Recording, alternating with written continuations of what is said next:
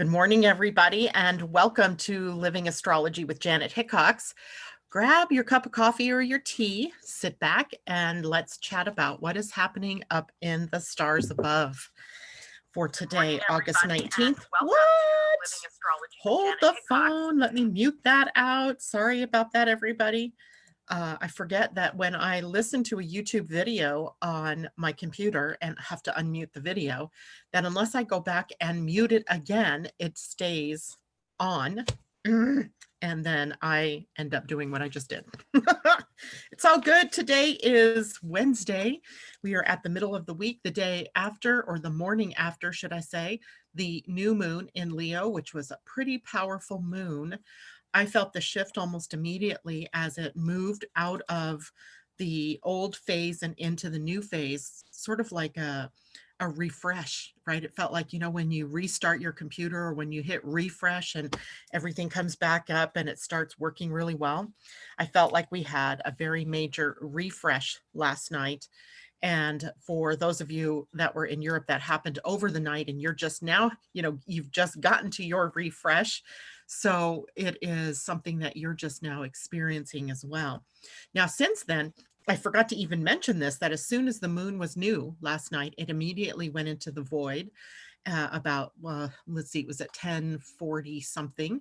So we had a void of course moon from just after the new until about 1:30 or so this morning. In fact, let's see, what time was that this morning?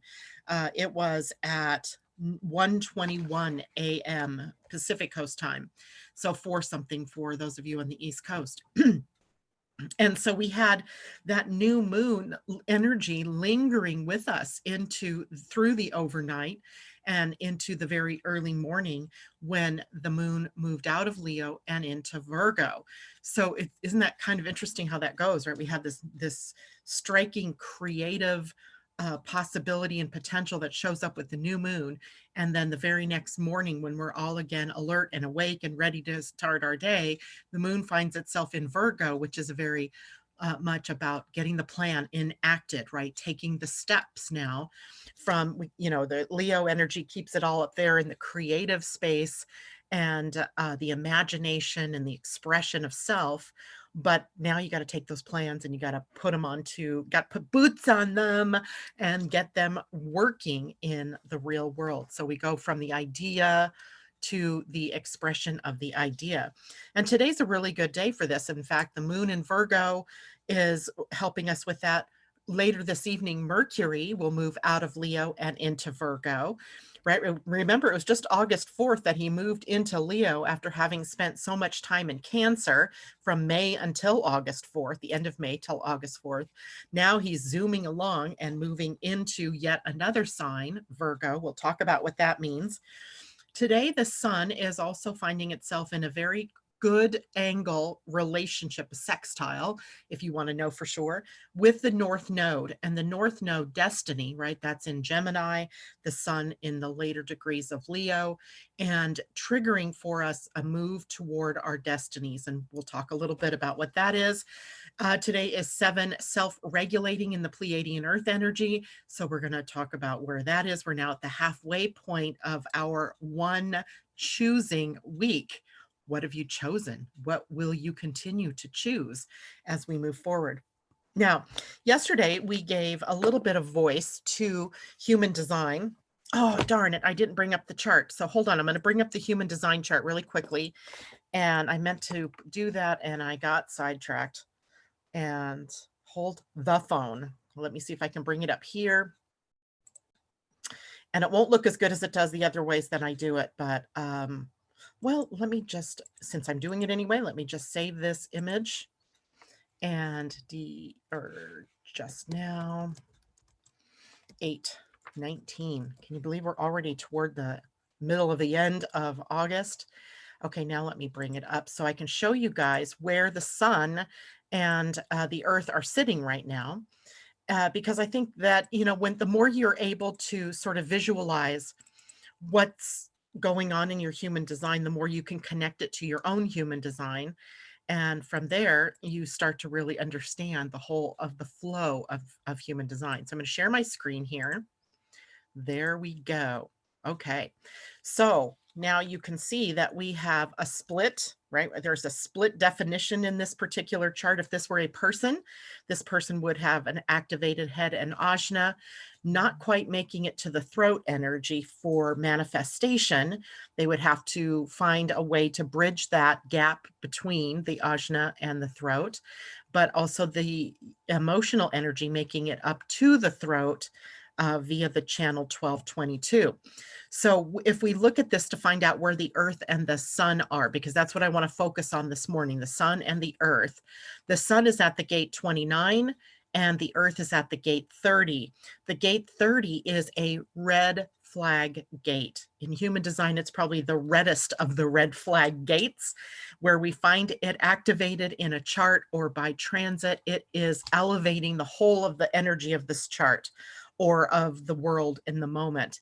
And it is an energy that is called desire in the lowest expression. And it's interesting to find that desire, because we think sometimes of desire, at least I do. I think of desire as something kind of not neutral, but I don't think of it as something that's a shadow energy. But indeed, it is a shadow energy. And then the sun at the gate 29 is at the gate of commitment. The gate 29 likes to say yes to everything, right? So we're learning about how to say yes to the right things in this particular week. And yet our desire may form an energy within us that's pushing us to say yes to more things because we're desirous of whatever, right? More money, more clients, more opportunities, more relationship opportunities, better health, whatever it is that we're desiring of, we are, holding that very tightly. The lesson here in the gate 30 is to hold them sort of lightly so that we're not in a position of so attached to how we think the outcome should be that we miss the mysticism here, right? We miss the magic that can happen when it's the universe that's in the creator seat with us and not just us going, oh, it has to come this way, it has to be this. So holding it lightly. So the sun and earth this week are really working together. So the sun on the sacral and the earth sitting at the gate 30 on the emotional center. So emotional and action oriented. Interesting combination, right? So that's what the chart looks like at the moment. I'm going to stop sharing this because now I want to go into the stories in our 64 Faces of Awakening, the Wisdom Keeper's Inner Guidebook by Rosie Aronson. And I want to take a quick look before I go over and do that and say good morning to everybody popping in here. Good morning, JLo and Phantom Chroma. Amy, good morning. Pauline, hello.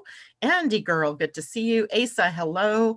Jennifer Peachy, Kimberly, JLo. Pauline says sun in Virgo soon too. Got to check when. The sun will be in Virgo this Saturday. So we'll be talking about that on Friday. And in fact, I even have the time here at 8:45 a.m. Pacific Coast time on Saturday morning. So if you're on the East Coast, 11:45 a.m., the sun will move out of Leo and into Virgo. And we have more of the go signs, right? The go signs, the get to work signs, to get busy signs, to add, the energy of doing to your list. So that'll be fun. Courtney, hello. Tati, good morning. And Pauline says, what was the website to grab natal and human design chart? It is Living Astrology. So I'm going to type it in here. It's a hyphen, actually, astrology.com. That is my website. You can go there, get your free human design chart, your free natal chart. Also comes with a report for the human design. And it's free, right? It gives you a start about who you are, about what your energies are, and then allows you to follow along easier with us in the morning when we're talking about these different things. J-Lo says, yes, it helps me much. I love that. Jessica, hello there. Good morning. What is the highest reflection of desire? Let's look at that, right? So if we look at the gate 30 in our human design, or in I think the best way to see it is through the gene keys, where the gift of is lightness. So when we talk about desire and we're holding on to what it is that we want, lightness, we're just kind of holding it lightly. So if you want something and you know that you really want it, and the best bet is to sort of step back from the desire, just holding it lightly and watch how the universe magically brings it in the highest expression. It's rapture. And that's a word that often just gives me pause. Rapture just feels so celebratory, so ecstatic almost. Not sure what the difference between rapture and ecstasy would be, because ecstasy is a gift, the highest expression of the gate 46, which is the gate that's opposite of the 29 of saying yes to the right things. So these two are very much connected. Think about this. So desire in the gift is lightness, and the gate 46 is delight in the gift, right? So it's light and lightness, delight. So it implies that when we are committed to the right things, that we are grounded in the very physical expression of those things. We're grounding our soul into our body, right? That desire is driving us to do the things that our soul desires. But if we hold on to that desire too tightly, instead of just letting it go, then we miss that the universe could be trying to create something spectacular instead of just mediocre. So maybe that helps. Andy Girl says it's 11:11. I can tell where you are because it's 8:11 here. Amanda J, hello. And Ursula, good morning to you. Puffing Pixie, wishing everybody a great day. It's great to see all of you this morning. I just feel like I had this perpetual smile on my face in the mornings because everybody's there. Hail, hail, the gang's all here. So let's launch into our story. Let me close that down for a minute. And let's look at the cards. First of all, what did I do with those? Here they are. Okay, so the first one I'm going to read is the Sun. And I wanted to read that one first because yesterday we talked so much about saying yes to the correct things. And this is the gate of commitment. In the lowest expression, the shadow, when we commit to too many things, or when we commit to the wrong things, we end up with the spirit of half-heartedness, where in the gift, it's true commitment. So we have the card here of commitment. It's number 29. You can see that down there at the bottom. And let's see what this particular story is all about. And again, the gift is commitment. The shadow is half-heartedness. And the siddhi is devotion. And it says, a clear decision is felt as a quiet and powerful warmth that courses through your whole being. Maybe that helps too. My parents always called me the free bird. That was their sweet way of saying I was an unreliable flake. I was always flitting about from romance to romance, place to place, career to career. My manifestors out there might recognize that as part of the experience they've had with other people in their lives. Always starting what I couldn't finish. So when I finally found social work and a wonderful organization that suited me well, everyone was thrilled, including me. I worked there for years. I grew within the organization, loved the population, and felt my life was meaningful. But after 7 years, I found myself overcommitted, burned out, and disengaged. My heart yearned to be somewhere else doing something more creative. I wanted more space in my life for intimacy. My colleagues and staff had no idea how half-hearted I'd become about the job. I was lying to myself and to them. I was also terrified of leaving. They needed me, and I certainly didn't want to risk quitting or failing or seeming unreliable. So I waited and waited. Each time someone dared to quit the agency to go after a dream, I felt jealous, like I was on the sidelines, launching other people's happiness while watching mine drift farther and farther away. To top it off, I felt even more trapped. Without me, who would train the new people? Finally, just as I spilled 16 ounces of coffee all over the giant pile of paperwork on my desk, it hit me. The timing would never feel right. I could never guarantee that my next step would be a success, and I had no control over what others thought of me. Suddenly, a warmth ran through my body, and I knew what I had to do. The following day, I gave notice. While I will always cherish my time working in that organization, I have not looked back, not once, and I have no regrets. My gift to you. I am here to give you permission to say yes to life, to trust it fully. It is time to hold nothing back. Don't worry about what others think or expect from you. Beware of giving your power away to a teacher, guru, or a system. Fly brave and blind as you embark on your path. And remember, few things are less healthy for you than half-heartedness. So whether you are succeeding or failing to do it with a full heart, stand by your decisions. Trust your in-the-moment guidance. Honor the stream of your experience and relationships until each cycle reaches its natural completion.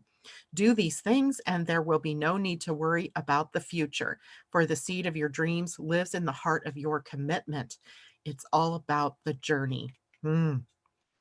And I just got something huge when I was reading this to you, as I also have the gate 29 defined in my chart. I believe it's actually part of my destiny. Beware of giving your power away to a teacher, guru, or system. It's probably why I utilize more than just one system when teaching, because I feel like every facet of one system can't be all there is, right? So I'm not necessarily committed to one. I'm committed to finding the juicy tidbits in all of them and bringing them to you and creating a whole new system. Or maybe it's not even a system, just a whole new way of looking at things. That gift of the 29. Now, here are some questions for contemplation for you, and I'll try to post these up a little bit later, but I have a crazy busy day today, so I might not get to it until late. Where in your life are you overcommitted? Where do you feel like a slave or like you're being taken advantage of or abused? What in your life, a job, relationship, or way of being, needs to come to an end? What do you fear might happen if you honor and follow through with what you know to be true? Ooh. Where are you lacking commitment? Where are you living half-heartedly? Are you saying yes, but then not following through? Is there a frustration, fear, or anger behind your seeming flakiness that you haven't fully owned? How can you more deeply commit to the needs of your soul? Think of a time in your life when you experienced devotion. Where in your life today are you satisfied with your level of commitment? Honor these experiences in your journal. Now, I'm going to go ahead and read the gate 30, because the gate 30 is the one where the earth is that kind of triggers the challenge for us to live by our commitments, and that is the energy of desire. So again, if we look at the card, oh, here, let me finish off with the card 29. So you get one last look at our 29, right? Our energy of commitment. And let's look at, who does that look like? In fact, this is the energy of lightness, the gate 30 of desire in the lowest center or the lowest extreme. And the highest is the gift of rapture, right? Rapture, the city of rapture, the shadow of desire, and the gift of lightness. Doesn't that look like Robin Williams? I think when I talked to Rosie, that was the one card that she actually used someone's face for, that this card was based on Robin Williams. And I don't remember now why that was, whether he carried that energy or what, but anyway, it says, as every human being learns, the cycle of desire is eternal. Okay, so here's my wisdom story. I was said to have shot out of my mother's womb like a rocket and then nursed like a baby whale. As soon as I could talk, I made people laugh. And as soon as I could walk, I ran everywhere I wasn't supposed to go. I was on a mission to experience every single part of life. So I gobbled it up throughout my teens and found myself becoming a young actor. I wanted to experience the sound of applause. I loved being able to be anyone and try anything my mind could dream up. Soon, I desired the experience of being rich and famous, and so I tried that for a long time. I threw my money around like gum wrappers and chewed up my fans like chips. But those flippant times only made me feel empty and alone. My sensitive soul hungered for something different and deeper. I wanted to use every single one of my gifts so that I could have an even bigger impact. Soon I was popular all over the world, but no matter how huge or demanding my achievements were, I still wanted more. That's that bottomless pit, that void. For a while, I thought I'd be happy if I could just learn to completely trust my instincts. When I mastered that, all I wanted was for my performances to lift the spirits of all of humanity. But I couldn't escape that awful feeling of wanting more until the fire in me all but burned out. I became depressed and overserious. My only desire was to end desire. That is when I discovered Buddhism and meditated for hours in order to become one with everything and finally transcend my never-ending ache. But soon I realized even that was a desire. No matter what I did, the desire would not go away. The moment I faced my desire, admitted defeat, and accepted that it wasn't going to go away, things started to change. I started to lighten up, but not in an ungrounded way. I genuinely stopped trying to control my life. I surrendered totally to all of it, even the most painful parts, including my utter helplessness in relation to my own desire and the inevitable disappointments that followed. I was finally free. My gift to you, I bring good and bad news. The bad, you are not in control of your destiny and you are never going to get rid of your desire. The good, accepting this bad news will free you to trust in life. It's time to fully feel your desires and to realize that feeling them doesn't mean acting on them indiscriminately or repressing them. You can welcome a desire into your home without allowing it to control your life. Being human is quite a trip and life is quite a game, a comedy and a tragedy all at once. You might as well enjoy the ride. Keep a sense of humor. Do not pretend to live lightly. Embrace and emanate a true lightness of being. With such an attitude, you won't need to fear your feelings, no matter how painful. A lightness will burn so bright in you, it'll beam out of your eyes no matter what is happening. I love that. Questions for contemplation. Where are you taking life too seriously? Is your strict adherence to certain principles preventing you from exploring your true passions? That's kind of a question the new moon asked us this week. Is it possible that some of the desires you've been rejecting aren't as bad, dangerous, or unhealthy as you've come to believe? Are your desires in control of you? Are you overindulging in what feels good without taking responsibility for the consequences? Think of someone who for you embodies true lightness of being. Have you ever experienced true rapture? Was it wonderful, scary, enlightening? Hmm. Great questions, right? And very important because the Sun Earth configuration during the new moon was exactly at these two gates. The Sun at the gate 29, with the Earth at the gate 30. It was the Sun and the Moon at the gate 29, by the way, not just the Sun. All right. Questions, comments. How's everybody doing out there? Do you like these stories, by the way? I'm pretty sure everybody really does, but sometimes I feel like, I'm reading to you and maybe that's not so good. Loanne, good morning, Ursula. Over here in Santa Cruz, we have smoke and ash in the air with a red sun. Send love to the firefighters in California, please.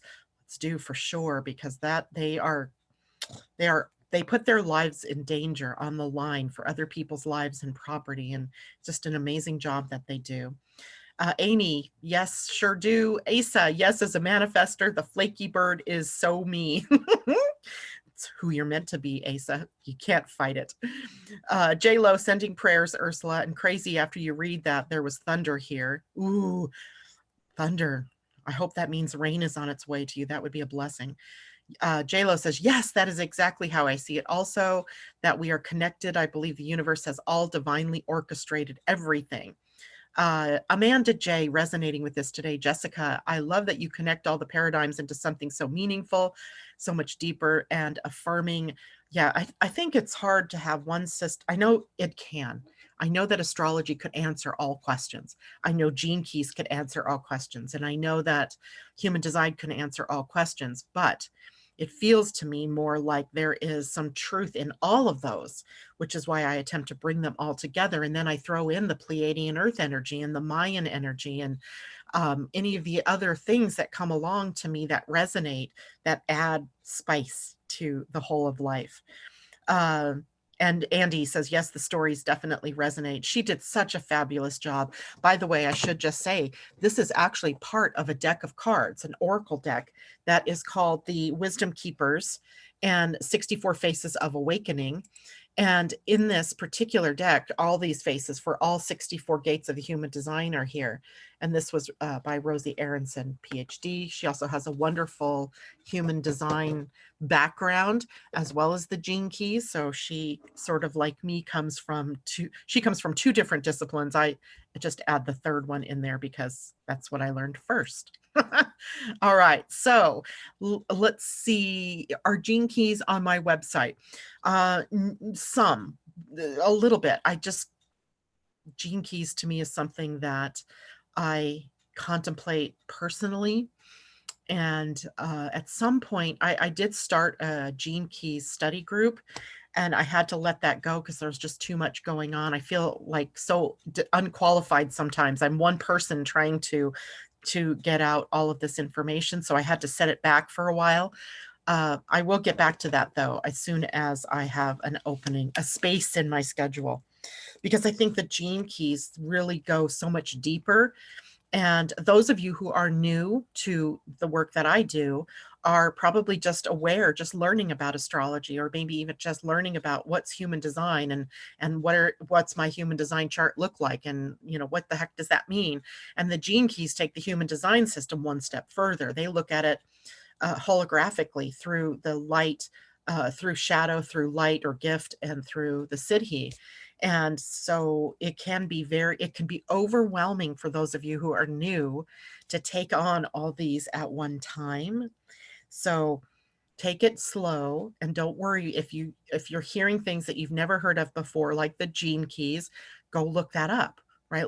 Do your own due diligence in the short term, and then if you have questions, you can bring that here, and you can keep searching for your own answers, because there's no way I can't be all of that for everyone at the same time. But I can do my best to bring it to you and share what I know in the moment based on what is happening in the sky above right today. J-Lo says, please take a moment and hit the like button, please. That is so helpful for me. Hit the like button. And if you have not yet done so, please subscribe. You can do that just below. And if you want to get notifications of when I'm live on air, you can hit the little bell. The little bell next to the subscribe button tells you, or allows you to choose how you want to be notified. And thank you very much, J-Lo, for bringing that up and reminding me to remind everybody. Good morning, Monique. It's good to see you out there. And Pauline says, not intimidated, feel like I'm reconnecting. I love that. I love that. I think there's this inner wisdom in all of us. We may not know why we know what we know. That's a part of your human design too, right? You don't know what you know or why you know what you know, but we do. We came here with everything. So when you look at your human design chart, and let's just look at a human design chart again. Let me share my screen. There we go. When you look at a human design chart, you see, first of all, you see this beauty. If this were a person, this is this person's beautiful energy. And some of it is being broadcast in the colored centers, the colored channels, and the hanging gates. They're broadcasting this energy in the white areas. So the white channels, the white centers, the white gates, you are absorbing the energy from the people around you. And these are the places where you could be conditioned to behave in a way that's not true for you, because you're taking in everything. But you have all of the human design. So whether it's open, which is what we call the white centers and channels, or defined, which is what we call the colored areas in the chart, you have it all. You have it all. And this particular gate right here, this gate 48, is so fascinating to me. It's fascinating that it sits on the spleen, because the spleen is a center where all of the gates can sort of double as fear. And we're coming up to the end of September through October, where all of those gates are going to be hit by the sun and trigger all of these different fears. But the gate 48, I think, stands out from all of them in a way, because it is the gate that shows you that you have everything you need, all the knowledge, all of anything that you need is inside of you, right? That you've come fully equipped, that you just have forgotten that you've come fully equipped. The 48 is called the well. In the I Ching, it really is going into the void within to come back with whatever it is that you need in that particular moment, or to meet that particular challenge, or to use something in a relationship that's helpful to you, or to find that love, or whatever it is, right? It's in you. It is in you. This gate and this channel are kind of a part of what we call the circuit of mastery, I guess you could call it that, the mastery circuit. I know it has a different name in Karen Curry's work. I believe it's part of the business circuit. And I like to think of it as mastery, right? When you've mastered the fact that you are your own source of a wealth of information, that you carry it all with you. You've just forgotten how deep it goes. So never forget that even these systems, human design, astrology, whatever, that help you look for answers, they're looking for answers outside of you first, and then it takes you back in. So that always tells you that all of the answers are always here inside of you. And I love that about this particular system. It shows us very graphically that you are your own well, right? You are your own wealth of knowledge. You have it all. We've just forgotten that, and we tend to go looking outside of us for those answers where we have them all in here, right within. So there's that. I'm not sure how I got onto that subject, but it's just a fabulous study, right? To look at all of these things that you come equipped with, right? So it's like, a car that comes equipped with all the bells and the whistles. You have all the bells and whistles, but sometimes you use the air conditioning in your car and sometimes you don't, right? Sometimes you're using the power windows and sometimes you're not. It's that kind of thing within us. You have all the bells and whistles. Sometimes you're using it. Sometimes you forget that you have it and you don't use it. So go back inside and find what you've lost. And that's so funny because a part of that conversation that we're having with this is also in our day to day. Let's go now to the Pleiadian energy of the day. Today we've come to the halfway point of our cycle that began with one choosing. We are at today self-regulating. And self-regulating in the Mayan calendar was Etzanab, and it was a representation of a knife, of an obsidian knife often, or a flint knife.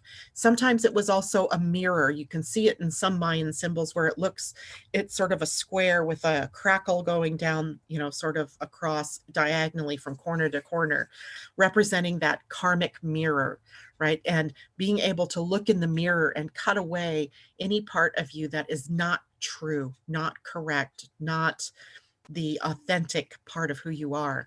So the earth energy of the day and self-regulating says that we may be having intense experiences that are designed to cut through our illusions, the illusion of who you think you are, of who you think you're not, of the belief systems out there, of all of the different philosophies and things that we tend to identify with that are in the outer world that have really no real truth on our inner world. So today is your opportunity, right, to eliminate anything that is not authentic. You had the new moon last night. The new moon is that portal, right? That's one of the portals I really believe we have every month, is that new moon, to walk through that portal. And what do we find on the other side of a door or the other side of a portal? Is something new, a new way of being. Today we have the opportunity to cut away anything that doesn't align with what that new thing is, that new you or that new opportunity. So you get to cut it away. If it doesn't resonate with your truth, out it goes, right? And we're not talking about the little t truths, right? We're talking about the big T truths, the ones that are unifying us, the ones that don't succumb to division and rancor and upset. We're talking about the bigger truths.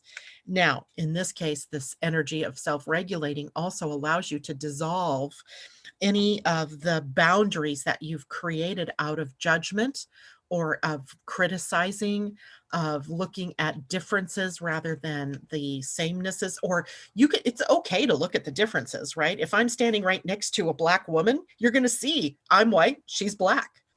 It's okay to look at those differences. But what's not okay is to say that because I'm white, it's better, right? It's not. It's it's how fascinating we have these different color skins, yet we have so much of sameness, right? We each have two hands, two arms, two lungs, two eyes, ears, hair, and all of that is the same. It's just the skin color that's different, but how fascinating is that, right? So we get to look at the differences, but we get to honor them. We don't get to make them better or worse than us because of them. That's the misuse of duality that has gotten us into the pickle that we're in right now, right? Instead, we look for the sameness, and then we honor the differences, right? That's this day. And so we get to dissolve those things that we've judged or the things that we've criticized, even if you were criticizing and judging your own self, right? Cutting that out, right? You are perfect just as you are. And that doesn't mean that tomorrow you won't be different or better. It just means that right now you are as perfect as you can be, or else you wouldn't be, right? So it's kind of a truth, a big truth, right, that we can live from. Now, the 7 energy, the energy of the universal day. So the 7, the number is always the universal energy. The word is always the earth energy, so earth specific. But the 7 is all life forms in all worlds, all through the universes. And it is the 7, which is about merging worlds. And it calls us to decipher or decode and then understand the mystical side of life, the mysticism engaged in you as a person, the divine you, that how divine is it that I am all complete, that everything I need is right here in me, that all the answers I could ever want to answer are in me. I don't need to go looking outside of me because I have it in me. I don't necessarily trust that, so I go looking outside of me. But everything you need is here. And this particular energy of 7 then opens our eyes to see that bigger picture, to see the illusion of how we've separated ourselves or how we've believed something that we're not. And we get to see beyond the physical reality on a day like today. We can see the etheric and the beyond, right? We can see the interconnection. You can see the web of life, even if you choose to look, how the strings connect us all. And that's looking at us from an energetic point of view without judgment, without criticism, without separateness. And then we can resolve our conflicts when we're able to see that. When we can see the strands of how everything is interconnected, then we have the opportunity to solve conflict. And we so need that, right? We so need that. And then think about this. This is a tough one. Remember that we are all divine. Even those people out there that you don't necessarily resonate with, the people out there that you think are harming the planet or harming you or harming the world, the people out there that seem to, do things just to spite other people, they're all divine. And that takes in all the criminals, that takes in all of the saints, that takes in all of you and all of me and my family and everyone, right? We are all divine. Now, that doesn't mean that we say what they do is okay or is right, but if we can remember that everybody, every blade of grass, every animal, and every person on the planet is divine. That's tough. That's a real tough one. And that everybody on the planet is acting as the cosmic mirror or the karmic mirror for us all. So when we're packaging up what we don't like and we throw it out there on our leaders or on, your spouse or your kids or something, or your kids do it to you, it is the forgetting of their divineness. They're forgetting that you're of divineness. And the 7-day reminds us of that. And this particular 7-day reminds us of that because we are in the umbrella week of choosing. So we get to choose how we are adopting this information into our life. We are choosing. We can choose to go down the rancorous path, or we can choose to go down the path of serenity and acceptance and love. It's always a choice. And every minute we have a choice about what we do, about where we're going, about how we feel. And that's the beauty of these kinds of days. They remind us of all of that and cherish every minute of that because it's not always so obvious as it is today. Okay, now let's take a look. What time is it? Okay, good. Let me go back to real quick before I transition over to the next subject, see how everybody's doing with that. Pauline, not intimidated, feel like, okay, I read that earlier. Sally Brown, hello. Rueda, good morning. New moon hit me hard in the middle of the night. I hope it was a good hit. I hope it was an aha, I'm awesome. Debbie Tibbetts Dumiel, good morning. I was watching yesterday's show. Oh my gosh, too funny, Debbie. And that's so funny. Asa, I love this is so true. We have to remember that we all come from love. Indeed. So I once read this book, and I don't, if I've talked about this before, I'm sorry for repeating myself, but I read this book once by, I believe his name was Robert Schwartz, and heaven help me right now, I cannot remember the name of it. I'll find it later because I think it's so worth reading in these days and times that we're in. As he talks about in this book, the time before birth, the time in between, the planning time, I guess you could say, where before you incarnate, there are decisions that are being made about what you would experience in this play of life, right? The people that are in soul form at that point in time, and the agreements that are made between souls. Is that what it's called? The agreement of souls? Anyway, it's going to pop up in my head in a minute. So in the book, he talks about this time in between, and this comes from sessions that he's done with people in hypnosis, and he takes them back beyond birth, between, lives, the time between lives, and how extraordinary it is for souls to come to the planet and agree to play the part of a murderer or a rapist or a crooked politician or a beautiful soul that's life is snuffed out early, or things like this. And he goes through different examples. One woman who had received one of the bombs from the Unabomber and her experience, and several other instances where people go back beyond and they see where they've agreed for whatever purpose at the soul level that it would serve to be the murdered, or to be the murderer, or to be the raper or the rapist, or the person raped, or whatever it was, right? Any of that harm, and how much love it takes for a soul to agree to come in to play that part for you as an individual. It's just an amazing turn up things upside down on their ears and look at it from a completely different perspective. That is not to say that murder is right or rape is right or any of that. That's not it. But that the souls agree on some level that that is a part of the experience they will have. And that in and of itself is a loving choice. It'll blow you away if you read the book. It will just blow you away. I had trouble with it. And when I talk to people about that particular book, they have trouble with it. They have trouble because no one wants to think that they agreed to come here to suffer or to have that experience. But on some soul level, indeed, there was an agreement between souls to do that. So if you think about things like that, everything, including the things that we think of as ugly, are all eventually thought of as having their basis in love, that love energy. It's just amazing. Okay, so I'm going to leave that subject, and before we end up going into a whole new, information, let's talk about the moon today. The moon is now in Virgo, as I said at the top of the show. With Virgo, we have a shift in energy from the more light, playful energy of Leo to the more work-oriented energy of Virgo.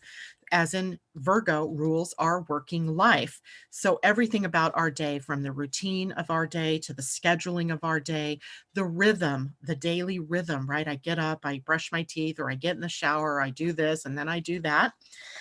It is the environment that you also find yourself working in. So Virgo rules the 6th house of the natural zodiac wheel. The 6th house is also a house of work. It is a house of the body, the physical body, and the health of the body, I guess is how we should word that. There are other places in the chart that will show the physical body, but Virgo really rules the health of the body and the healing of the body. So we have our daily rhythm, our coworkers, our to-do list. How long is your to-do list? And your working environment. And we also have health, the moon triggering possibly changes to your diet or your exercise program. It definitely has something to do with your constitution. the constitution of your body, the relative strength of your body to endure toxins in an environment or toxins that you've ingested. So here we want to, strengthen that constitution. And to do that, we embrace healthy habits, perhaps, or alternative healing methods that access the deeper part of the reason why something is happening, and not just throw a bunch of pills out at the symptoms of the body.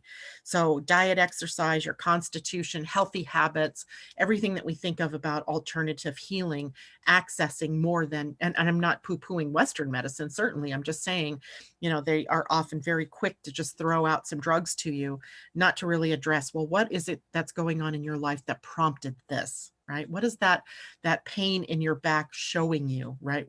Going back deeper into things.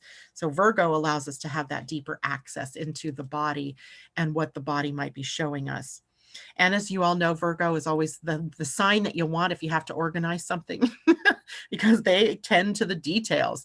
They see the things that we otherwise might miss, the things that just make it spectacular instead of just mediocre. They're always perfecting and processing, and they are very efficient. They like the orderly environment, so they can bring order out of chaos. I had a really good friend who was a Virgo sun. She was also a feng shui consultant. And I always now in my mind equate feng shui, sort of the smooth flow of energy through an environment, with Virgo energy as well, because they tend to see right where you've got a clog of energy right there. Let's put those somewhere else. Let's put them in a drawer. Let's put them away. Let's throw them away if we don't need them. So organization. Discernment, also one of the gifts of Virgo. Discernment is including analysis, being analytical, being able to critically think, and to be able to focus and to plan what the steps are. It's an earth sign, so it's related to Capricorn, it's related to Taurus, and their ability to take stepwise progression. Capricorn, who really wants a plan and goals, right? Virgo is the writer of the plan, and this is the steps that you can follow. But of course, with any sign, we have a few things to watch out for.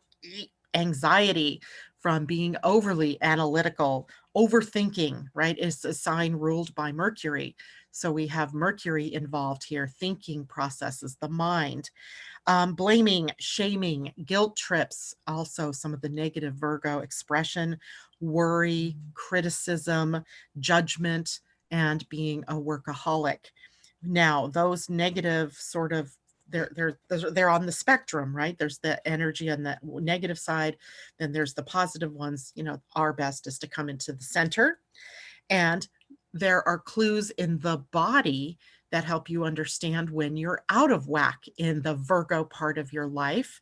And that is because the body part for Virgo is the digestive system, the assimilation of nutrients into the body. So Virgo takes it in, breaks it down to its component parts, send whatever needs to go to the lymph system, what needs to go to the blood, what needs to go to the urine, the kidneys to be, as waste out of the body. It assimilates. So it also functions like your bowels, and whether you are constipated or have diarrhea, these might be signs and signals that you are either not assimilating or you're holding on to too much. So Virgo parts of, when we talk about the part of the body that the moon is ruling at a particular time, it is also related to the emotions that you're holding on to that relate to that Virgo, in this case, area of your chart. So wherever it is in your chart is likely where there can be some upsets here, where you maybe aren't digesting everything appropriately or aren't assimilating what's good from what you're taking in, and letting go of what's not so good from what you've taken in. So Virgo helps us work through all of that. Now, as well, Mercury moves into Virgo today. So you can see the shift, right? We've been in this Leo energy. We had Mercury there. We're not done with Leo, because at some point here, Venus will move out of Cancer and into Leo. But for the time being, we're shifting over to the Virgo energy, with the moon today, Mercury later on this evening, and the sun on Saturday. So we're moving this energy along throughout our charts.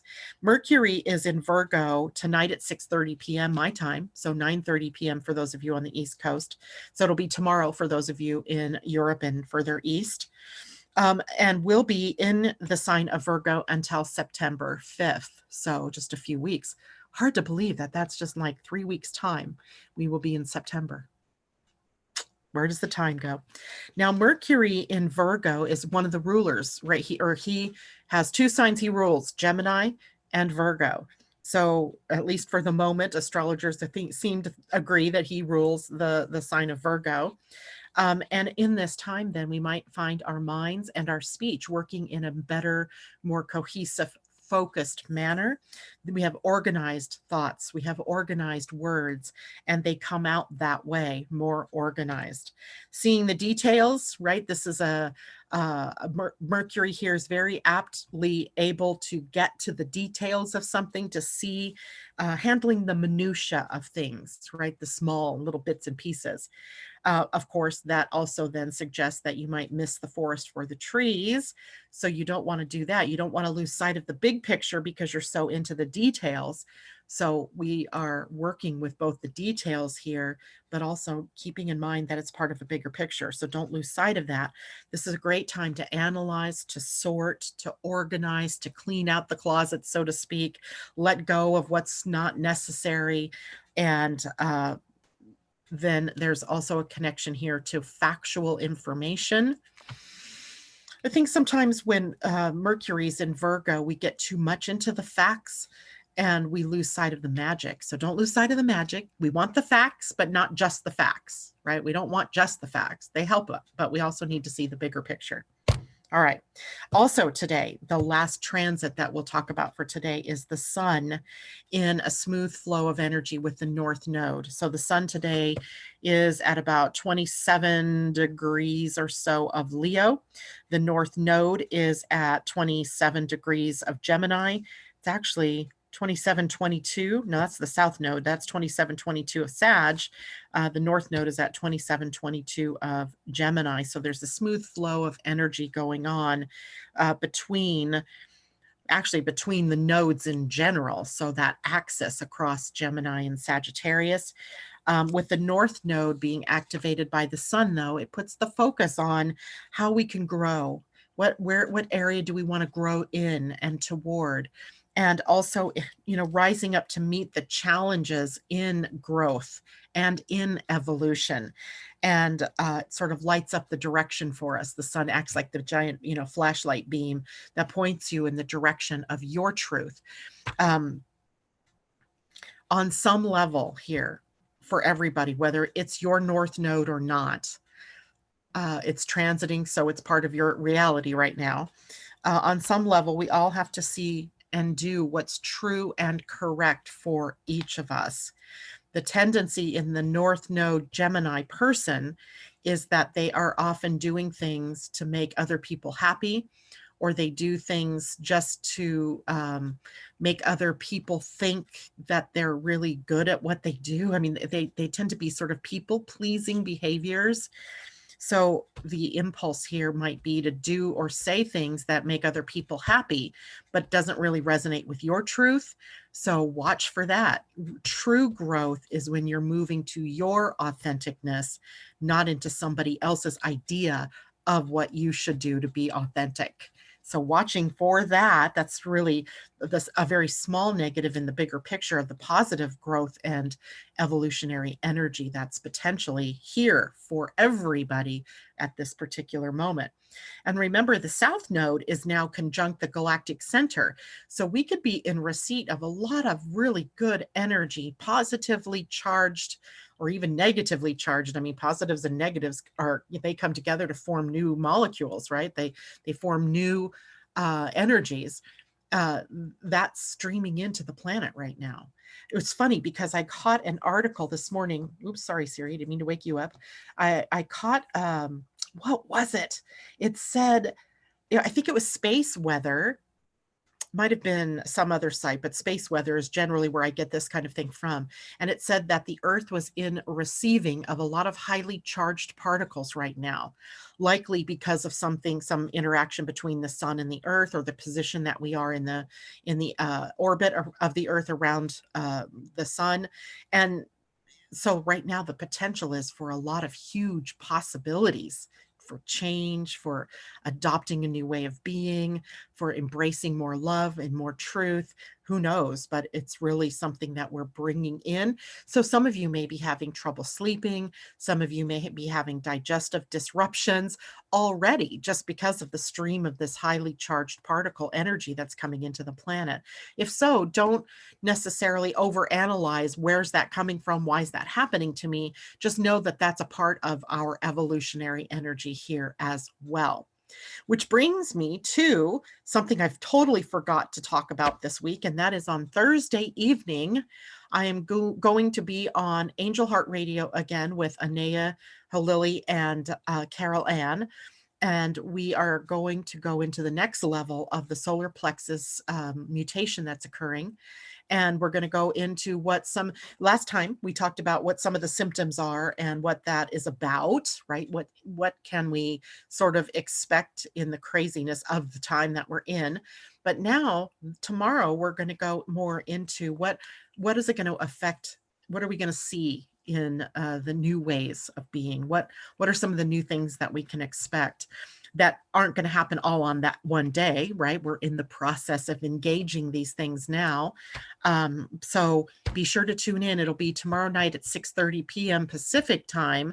That makes it kind of late for those of you on the East Coast. It'll be 9:30, 8:30 in the Central Time Zone. But Anaya is really good at putting those up on Facebook. In fact, she broadcasts live to Facebook. So if you go to Angel Heart Radio Facebook page, that's where we'll be broadcasting live, and you can go back to that same page tomorrow or Friday to hear the recording of that broadcast if you miss it because it's late where you are. But it's an interesting chat. And I love being with these two ladies. They're just so open-minded. And it's really important, I think, for all of us to understand that we are in the midst of a mutation. We're at the ugly end of the mutation right now, right? We're at I don't want to go. We're kicking and screaming and holding on for dear life to the old age. And that is passing on. And we're hopefully getting ready to embrace all that will come. Even if it's not going to happen, all in one day, it isn't, but we're embracing the new and the new potential. So that's tomorrow night. And I think that is it. For those of you who are in the membership, geez, Louise, I've been really bad. I did not tell you, but this Friday is our forum. So those of you who are listening that are in the membership, be formulating your questions about your personal chart, human design, astrology, or gene keys, or any other metaphysical subject you want to talk about. It is your time. You have my 100% attention for an hour or so. We usually go longer on Friday at 12 noon Pacific time. So I will send out a reminder about that today. But hopefully those of you out there who are in the membership will hear this and remember yourselves. All right, that is it for me this morning. I'm going to go take one check back for questions or anything that people might want to say. Good morning, Gina, yes. Good to see you. Andy girl, I have my South Node in Virgo. My youngest son is a Virgo sun. He came to you from the past. Interesting. Okay, Eindri Kyasain. I'm not sure if I'm going to go there with that because I think I just botched that. I'm so sorry, but welcome to you. She says, or he says, I just found your channel. So glad. Love from Myanmar. Well, we are glad to have you, and I would love to know. I can sort of see your picture, but I can't tell what the picture looks like. It's too far away here. Welcome. And JLo says, woohoo, I'm ready. Time to check my chart. Pauline says, one-on-one reading if become a member gets discussed. Not sure what that means. Asa, hello. She's going to be there, and love and light to all. All right, guys, we've crossed a lot of territory today. So please, if you have any questions, you can, after the video is over, put some questions or chat down underneath the video. And usually I've been pretty good about it. Put a question or two down there for you to consider. Today I'll probably put one of our questions from Rosie Aronson's book, but feel free to interact down there as well. And I will see you guys tomorrow morning at 8 a.m. Pacific time. Have a great day, everyone. Be in love and be in light. And remember, you are all you need. Take care.